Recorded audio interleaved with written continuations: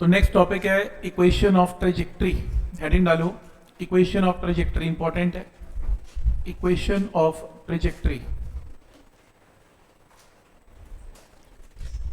इसके लिए डायग्राम बनाऊं कि सपोज ये एक प्रोजेक्टाइल है, इस प्रोजेक्टाइल को v वेलोसिटी से प्रोजेक्ट किया at an angle of theta, तो इसके दो कंपोनेंट्स होंगे v cos theta, v sin theta, और किसी भी इंस्टेंट पे इसका मान लो जैसे ये मैक्सिमम हाइट है, बट किसी भी इंस्टेंट पर इसका कोई कोऑर्डिनेट है x, y।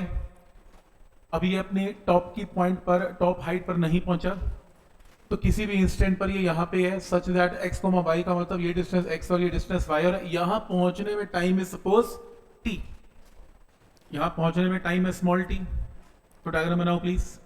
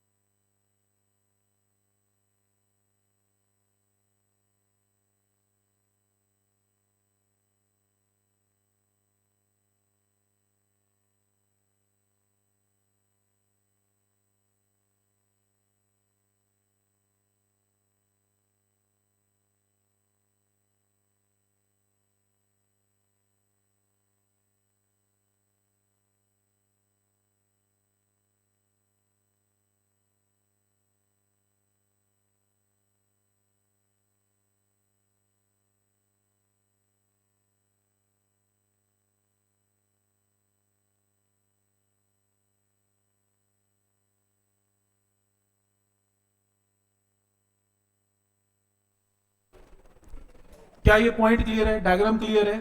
अब सुन लो, इक्वेशन ऑफ ट्रेजेक्ट्री में ट्रेजेक्ट्री क्या चीज है? ट्रेजेक्ट्री तो देखो पाथ है। अब जैसे सपोज करो हम ये बोलते हैं कि ये एक्स एक्सिस है और ये वाई एक्सिस है, और आपकी बॉडी ऐसे ट्रेवल कर रही है, और मैथ्स में आपने स्टडी किया होगा कि अगर आपकी बॉडी इस रास्ते पे चलती है तो इस लाइन की इक्वेशन को लिखा जा सकता है x is equal to y. तो ये इस लाइन की इक्वेशन है, इस ट्रेजेक्ट्री की इक्वेशन है। इक्वेशन का मतलब कि अगर आप कोई x की वैल्यू पुट करो तो कॉरस्पॉन्डिंग y की वैल्यू कैन बी कैलकुलेटेड, और अगर आप ग्राफ पेपर पे से प्लॉट करो तो ग्राफ एग्जैक्टली स्ट्रेट लाइन ही आएगा। उसी तरीके से अगर कोई बॉडी इस तरीके से मूव करती है तो हर वक्त इसका x और y कोऑर्डिनेट क्या हो रहा है? चेंज। और मैं रिलेशन निकालने जा रहा हूं, एक फॉर्मूला निकालने जा रहा हूं जिसमें x और y का रिलेशन है, कि मैं x की वैल्यू पुट करूं और कॉरस्पॉन्डिंग y की वैल्यू आ जाए, या y की वैल्यू पुट करूं कॉरस्पॉन्डिंग x की वैल्यू आ जाए। तो ऐसी इक्वेशन मैं बनाने जा रहा हूं, और सच दैट अगर आप ग्राफ पेपर में उसे प्लॉट करो तो आपका ग्राफ यही आएगा, ये ट्रेजेक्ट्री ही फॉलो करेगा। इसे बोलते हैं इक्वेशन ऑफ ट्रेजेक्ट्री।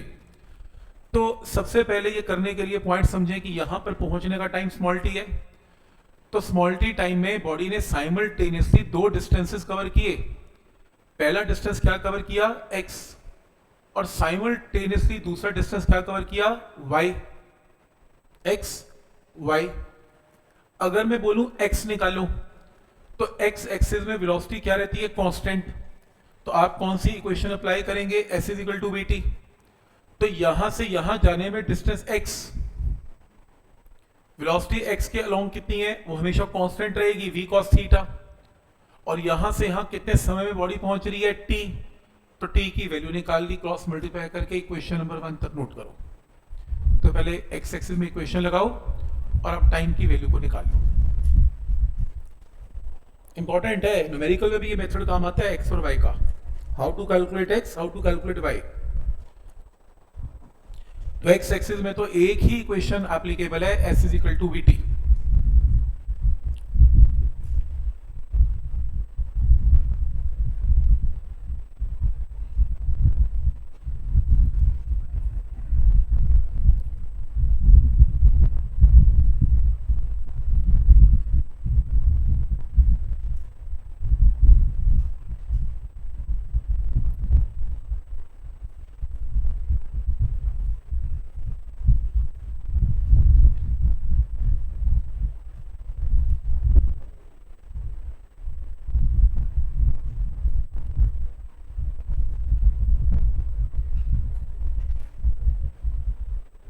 पहला स्टेप क्लियर है, स्मॉल टी की वैल्यू आ गई, क्लियर है। अब अगर मेरे को y निकालना है, y एक्सिस में वेलोसिटी की वैल्यू तो चेंज होती है, तब कौन सी इक्वेशन अप्लाई करेंगे y में, s is equal to u t plus half a t square. तो y एक्सिस में वेलोसिटी, ये इक्वेशन, y एक्सिस में इनिशियल वेलोसिटी क्या है, v sine theta, initial velocity y के अलोंग। तो y के अलोंग इनिशियल डिस्टेंस y है, वेलोसिटी v sin थीटा है, टाइम t है, एक्सीलरेशन माइनस g है और टाइम t स्क्वायर। टाइम की वैल्यू ऑलरेडी कैलकुलेटेड है, इस टाइम को उठा के यहां और यहां सब्स्टिट्यूट कर दो, स्क्वायरिंग कर दो।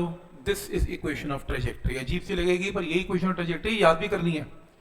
अगर आप ग्राफ पेपर में x और y को प्लॉट करो इस इक्वेशन के अकॉर्डिंगली, तो ग्राफ वही पैराबोला ही बनेगा जो अभी आपने ड्रॉ किया। तो डेरिवेशन इंपॉर्टेंट है, रिजल्ट भी इंपॉर्टेंट है, नोट करें प्लीज।